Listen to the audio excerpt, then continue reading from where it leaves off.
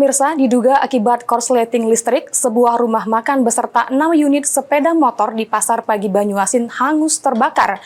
Tidak ada korban jiwa, namun kerugian ditaksir mencapai 200 juta rupiah.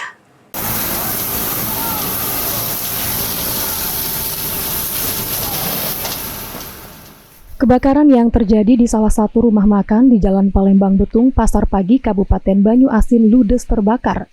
Karyawan yang mengetahui rumah makannya dilalap si jago merah segera menghubungi Pos Damkar Betung. Peter Wahyudi, Kapos Betung mengatakan, kebakaran yang terjadi diduga karena adanya korsleting arus listrik. Besarnya api yang berkobar dengan cepat menghabiskan satu rumah makan. Api dapat dipadamkan selama 2 jam. Meskipun tidak ada korban jiwa dalam kejadian ini, namun 6 motor milik karyawan ikut hangus terbakar. Dari saudara Eki Noviansa, salah satu pegawai dari kota meluncur ke lokasi pukul 1.30, langsung melakukan pemadaman.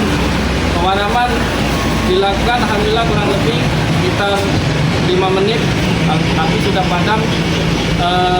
Terus anggota melakukan pendinginan.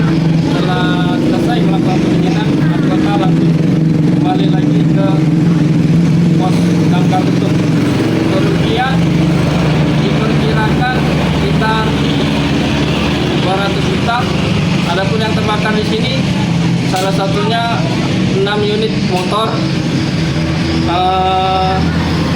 Penyebab kejadian korsleting listrik. Peter Wahyudi juga mengatakan, atas kejadian ini diperkirakan kerugian yang dialami korban mencapai 200 juta rupiah. Ridho Ilahi, PAL TV.